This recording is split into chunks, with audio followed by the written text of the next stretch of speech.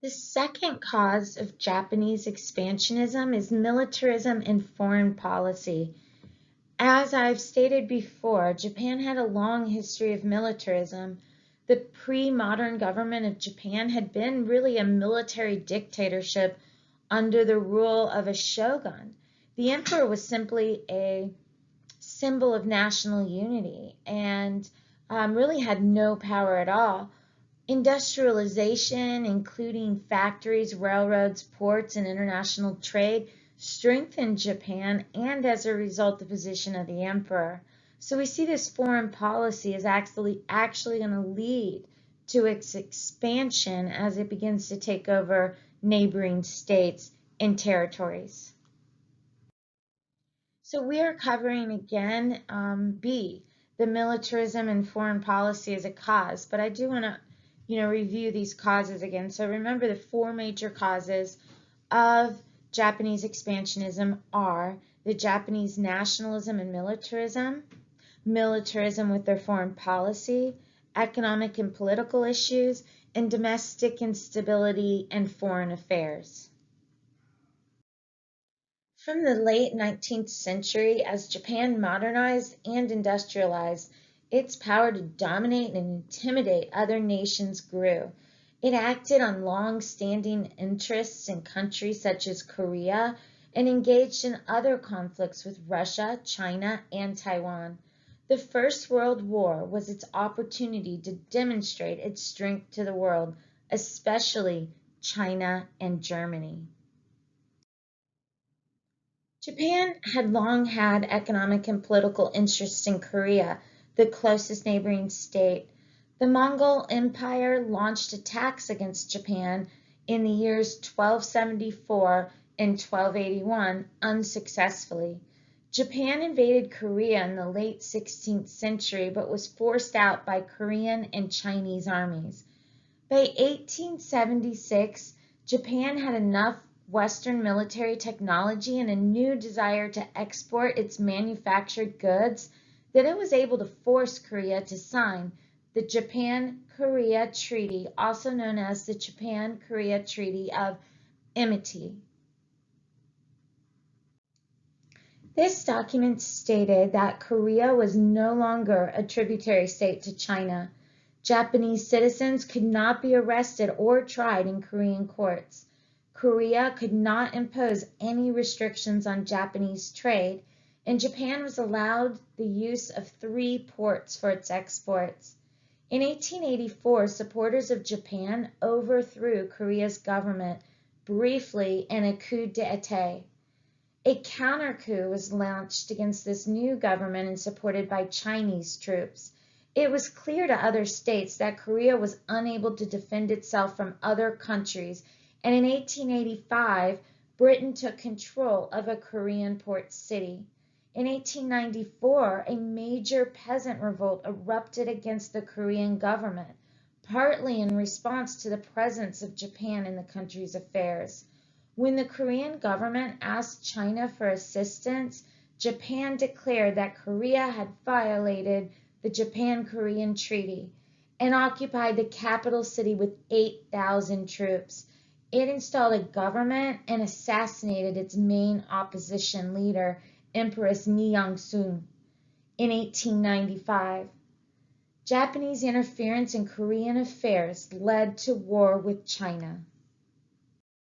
A long series of events, primarily over Japan's interference in Korean affairs, but also including assassinations, bans on Japanese imports in China, and other issues, caused increasing tensions between Japan and the Qing dynasty of China. Japan's essential takeover of Korea in 1894 and the gain of even more rights there caused the Qing dynasty to declare war on Japan in August 1894. The war progressed rapidly for Japan, which had a modernized military, complete with ironclad warships, floating bridges, and modern rifles. By October, Chinese troops had been driven out of Korea, and Japan began the invasion of Manchuria, a huge province in northeastern China and the ancestral homeland of the Qing emperors of China. Several towns and cities were captured by Japanese troops before winter weather slowed their invasion. In November, Japanese forces captured Port Arthur, a major economic prize. By mid-February 1895, after a long siege, they seized the port of Weihai Wei. Then in March, they captured islands off of Taiwan. China requested Japan's terms for peace after suffering nothing but defeat after defeat. So, as a result, they negotiated the Treaty of Shimonoseki. This was China requested Japan's terms for peace after suffering nothing but defeat. The Treaty of Shimonoseki was signed by both countries in April 1895. This treaty granted Korea full independence from China, gave Taiwan and the Liaodong Peninsula to Japan, required China to pay a large indemnity to Japan, approximately 13,000 tons of silver. It also allowed Japanese ships to operate on the Yangtze River and to have factories in 4 Chinese ports that would now be completely open to Japanese imports.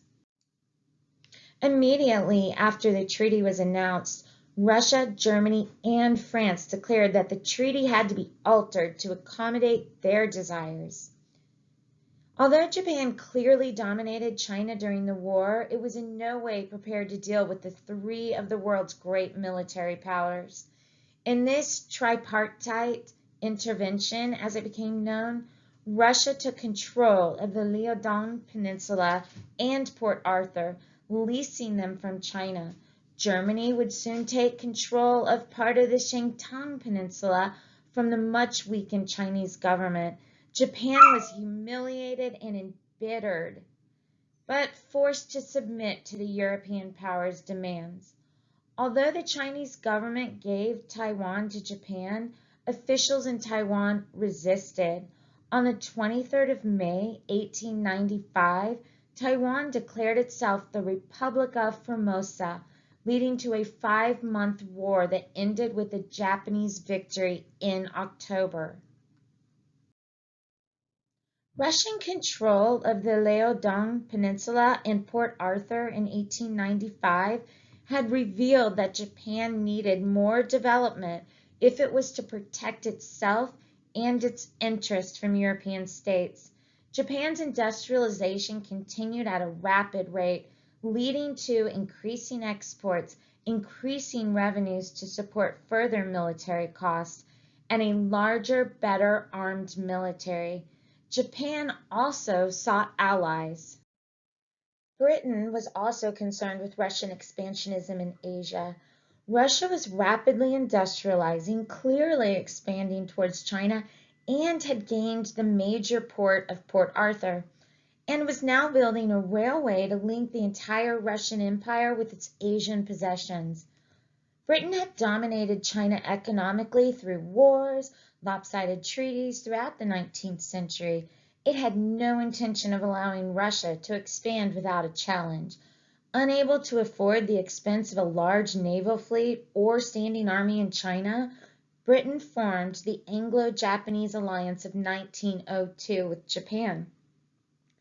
It was the first military alliance for Japan in modern times. Essentially, it said Japan and Britain would aid each other mutually if either was at war with 2 or more countries. If either country was at war with only one other state, then the other would remain neutral. This alliance was clearly directed at Russia, and Russia's only ally was France. France had no intention of fighting a distant war in Asia, since it was more concerned with an increasingly aggressive Germany. The alliance guaranteed Japan that it needed to deal only with Russia in the case of war, and it was determined to provoke a war and win. Tensions between Russia and Japan had increased between 1895 and 1904. Russia, leasing Port Arthur and the parts of the Liaodong Peninsula from China, stationed a fleet of warships off Port Arthur in December of 1897. The port was soon fortified and construction started on railways that would eventually link it to Russia through China's Manchuria. Russia began to pressure Korea to grant mining and forestry rights, further provoking Japan, which felt that Korea was in its sphere of influence. During the Boxer Rebellion in China in 1899 and 1900, approximately 200,000 Russian troops were stationed in Manchuria to protect the railway from Chinese rebels and soldiers. This was also done to prevent Japan from stationing troops there and interfering with Russia's interests in the region. Once the Boxer Rebellion had been crushed, these troops were not withdrawn despite Russia's promises to do so. Both Britain and Japan felt that their interests in China and Korea were threatened by this force. At first, Japan initiated a series of diplomatic meetings with Russia to resolve the crisis and to clarify the sphere of influence of each state. Korea and China were too weak for either power to consider their input or protest. Eventually, Japan proposed that Manchuria would be in the Russian sphere of influence and Korea would be in Japan's. Russia did not respond, and so in February 1904, Japan expelled Russia's ambassador and severed all relations with Russia. Many historians believe that Russia's government desired war with Japan due to a crippling political crisis in Russia at the time, in which there were calls for a constitution and governing reforms, which were opposed to the Tsar. Tsar Nicholas II's government hoped that an outpouring of nationalism at Russia's eventual victory over Japan would reinforce the Tsar's popularity and help suppress criticism of his government and its institutions. Japan attacked the Russian Navy at Port Arthur on February 1904 and soon afterwards launched an invasion of Korea. By the end of April, a Japanese army had entered Russian-controlled Manchuria. The Japanese Navy had defeated the Port Arthur-based Russian Navy, and now Port Arthur was under siege by land and sea. In December, Japanese artillery destroyed most of Russia's navy that was anchored at Port Arthur. The city itself surrendered in January 1905. A Russian army hoping to relieve the siege had been forced to retreat to the city of Mukden in Manchuria, ending all hopes of saving the port city. Mukden fell to Japan in March after a massive battle involving around 500,000 soldiers, one of the largest battles of the 20th century. Russia's European-based navy finally arrived in May 1905 after months at sea, only to be annihilated at the Battle of Tsushima Straits. Japan then occupied islands and the Russian Pacific Ocean coast. A revolution erupted in Russia against its government, and Russia sued for peace. Russia and Japan signed the Treaty of Portsmouth that brought the Russo-Japanese War to a close. This was negotiated by the United States. The treaty required both Russia and Japan to remove all troops from Manchuria and restore it to China's control. It allowed Japan to lease the Liaodong Peninsula and Port Arthur from China.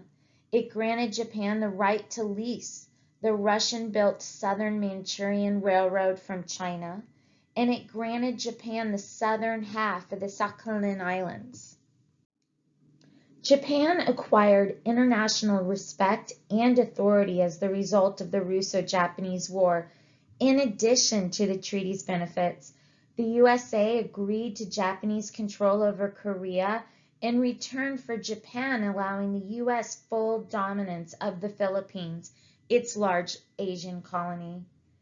Britain extended the Anglo-Japanese alliance and recognized Japan's control over Korea as legitimate.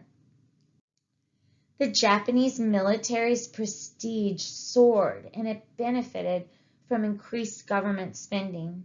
Nevertheless, Japan believed that it should have received an indemnity from Russia to pay for the war, all of the islands under dispute, and outright control of Port Arthur, the Liaodong Peninsula, and parts of Manchuria instead of having to lease them from China. The First World War erupted in 1914 and allowed Japan an opportunity to demonstrate its strength. This strength was directed at Germany and China, although China was essentially an ally of Japan during the war. Britain requested Japan's assistance in August of 1914 in line with their earlier treaty. Germany had leased a part of the Shantung Peninsula from China in 1898 and soon built a fortified harbor at Tsingtao. Germany kept several naval warships there, but removed them when it was clear that Japan would move against the port. Tsingtao surrendered in November of 1914 after a 2-month naval blockade and a month-long siege. During this period, Japan took control of various German colonies in the Pacific, including Palau and the archipelagos of the Marianas and the Marshalls and the Carolines. While Europe was occupied with war in Europe, Japan presented a document known as the 21 Demands to China in January 1915. Among the various demands, Japan insisted that China cease losing territory to foreign countries other than Japan, that they agree to Japanese control of the Shantung Peninsula and Manchuria, allow Japanese advisors to work with various Chinese government officials on its policies, agree to Japan building railways connecting various ports and areas under its control, extend Japanese lease on the South Manchurian Railway, and allow Japanese citizens to purchase and lease land for economic and agricultural purposes in Manchuria and other northern regions. They also asked that China allow Japanese citizens to enter and travel freely within Manchuria without any interference from China. They had to agree to Japan opening mines in Manchuria, allow Japan to construct its own hospitals, schools, and temples anywhere in China, and purchase any needed military equipment from Japan, where all military training must now come. China delayed responding to the 21 demands until May of 1915, mostly because they were outrageous. When Japan threatened war unless China agreed, they finally did answer. Japan eventually modified the document, reducing the demands to 13. China, in no position to resist Japan in the case of war, gave in. Anti-Japanese and anti-government riots erupted across the country, the first of many. The USA and Britain, both allies of Japan, were now concerned about Japan's aggression towards China and worked to limit Japan's control over it at the Paris Peace Conference. Japan was one of the victorious powers that determined the nature of the world's peace after the First World War. Japan, like other participating states, was primarily concerned with its own interests. During the conference, the League of Nations was formed, and Japan was a founding member. Members of the League agreed to the concept of collective security. This meant that a war with one member of the League was a war against all members of the League. League members agreed to settle all disputes through negotiation and arbitration.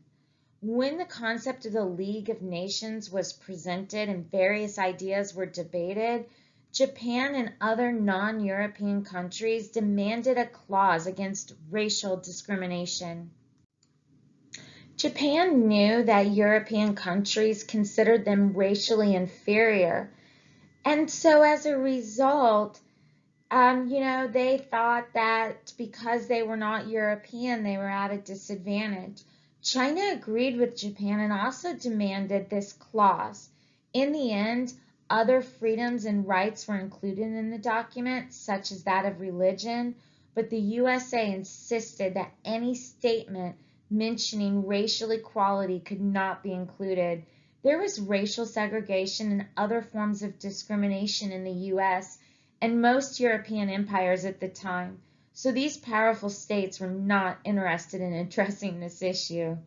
Japan wanted to keep the Shantung Peninsula and Germany's former island empire in the Pacific. A system of League of Nations mandates were created to govern former territories and colonies of the defeated states of the First World War. Japan was granted supervision but not outright annexation of the mandate of the South Pacific, which was Germany's islands. The Shantung Peninsula created a problem since Japan occupied the region and China had agreed to allow Japan to control it. Now, however, China demanded its return, and the US clearly wanted it to be a part of China to limit Japan's ambitions in the region. In a system of compromises, Japan was able to retain the Shantung Peninsula, but this lasted for only a few years. Despite not being able to achieve all its demands in Paris, Japan was now clearly an important military power. In a few short years, Russia had been defeated, Korea had been annexed, important ports in China, plus neighboring territories had been leased. German forces had been defeated, and Japan now sat with the most powerful nations determining the world's future. To secure these acquisitions and power and obtain more, Japan instituted conscription and increased the size of its navy. Japan was one of two most powerful states in the Pacific Ocean region. The other was the United States.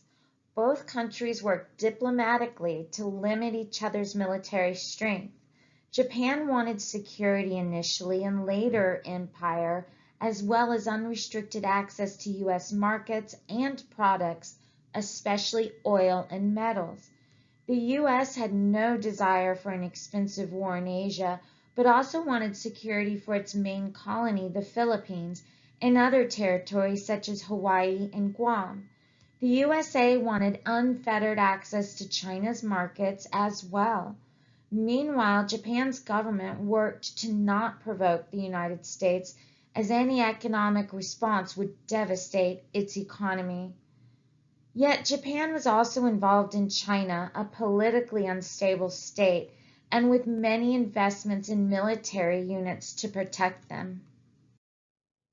After the First World War, there was pressure by Japan's military to maintain its strength and even expand its size.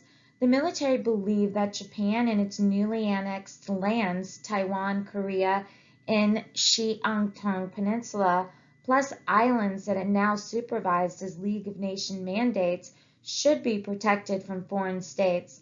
The military also believed that more lands should be brought under Japan's control, and that this would help the economy of the country.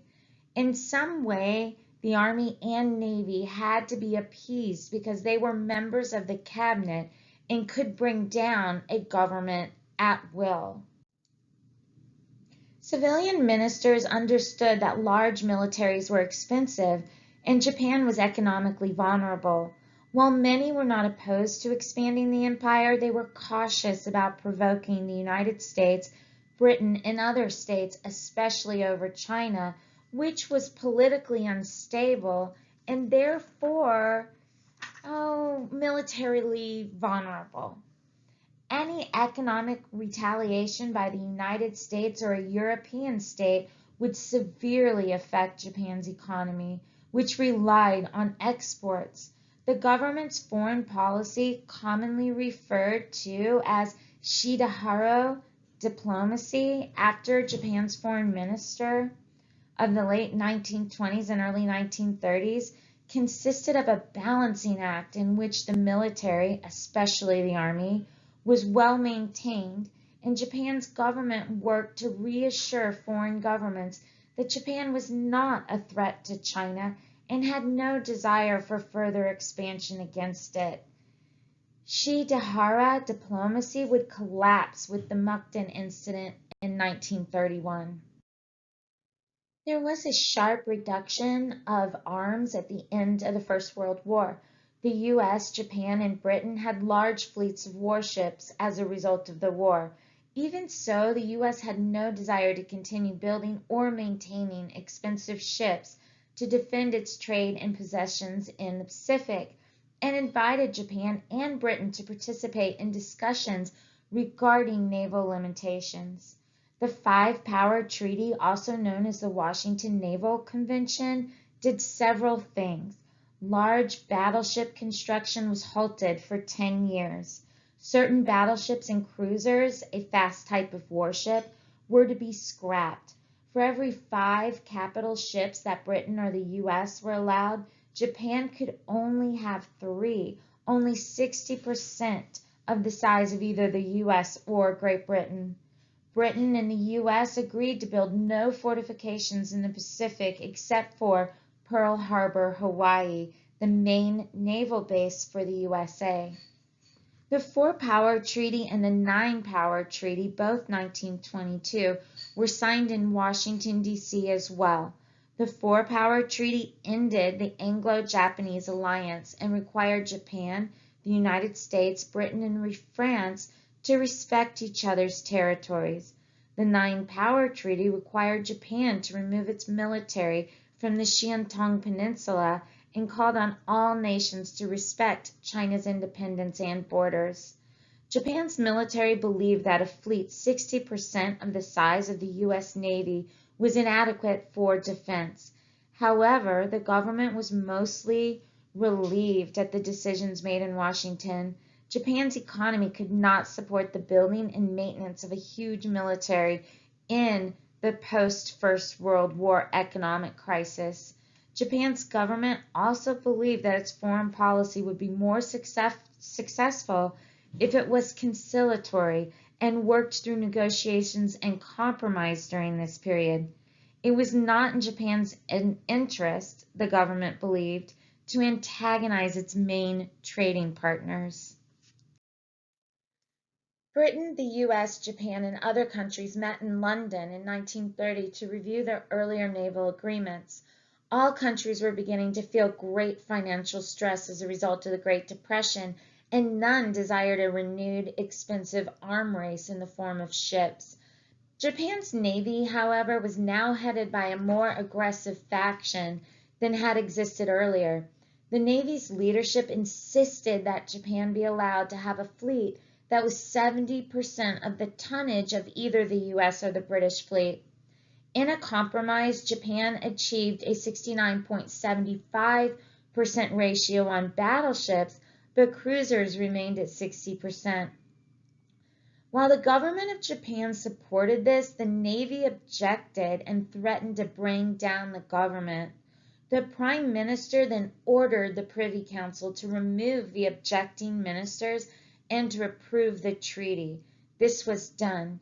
In response to the signing of the London Naval Treaty of 1930, Japan's Prime Minister was shot by an ultra-nationalist assassin. He initially survived but died from his wounds several months later. Japan's army and navy were severely reduced during the 1920s, mainly because Japan suffered a series of economic problems throughout this time. By the end of the 1920s, various factions within the military and in civilian political parties were calling for increased military spending for both defense and offense. Japan wanted to defend its interests in Manchuria, yet also wanted to expand to resolve some of its own domestic issues, such as a lack of resources and food supply. This expansion would come at the expense of the vast but weak neighboring state of China. Japan's capital, shipbuilding, including battleships, various types of cruisers and aircraft carriers was limited by the 1922 and 1930 naval treaties. The Army, however, had no limitations in terms of international obligations. The only hindrance to increasing the military was from Japan's government. The House of Representatives and various ministers believed that a massive military was an expense that Japan could not afford in the light of its financial problems in the 1920s. With the growth of military power in Japan's government, Army expenses and expansion increased. Increased spending on military in the early 1930s was the one way the government stimulated economic recovery from the Great Depression. Shipbuilding, steel, and rubber, as well as other military-related industries, massively increased production. Lastly, it bears mentioning the importance of Manchuria to China. China was a rocky island. Really, it was scattered. They didn't have a lot of food production, nor was it a mineral-rich area. So as a result, if they were going to fuel their military, they needed resources. The closest area that was featuring instability was Manchuria. And it was agriculturally and mineral rich, and it could serve as a buffer against Russian aggression up until 1904. And then it really served as an area, as an extension of Japan, a very fertile extension of Japan. In conclusion, you have a bunch of early foreign policy successes. You have the tripartite intervention of 1895, the Treaty of Portsmouth of 1905, and the Shantung Peninsula of 1922. You also see Japan involved in Washington and London naval conferences, and during their interwar foreign policy contradicted the desires of the military to grow and expand the state. You get a series of national humiliations according to military and their supporters, and this led to growing militarism and increased military spending and growing radical nationalism. There were several military successes that also fed this growing radical nationalism. You had the successful invasion of Korea from 1894 to 1905, the victory in the First SINO-Japanese War of 1894 and 1895, the success of the Russo-Japanese War, and then their rise to a global power in the First World War. So all of this sets Japan up to radically increase their military spending and become quite aggressive. Next, we will look at our third cause of Japanese expansionism, which is economic and political issues.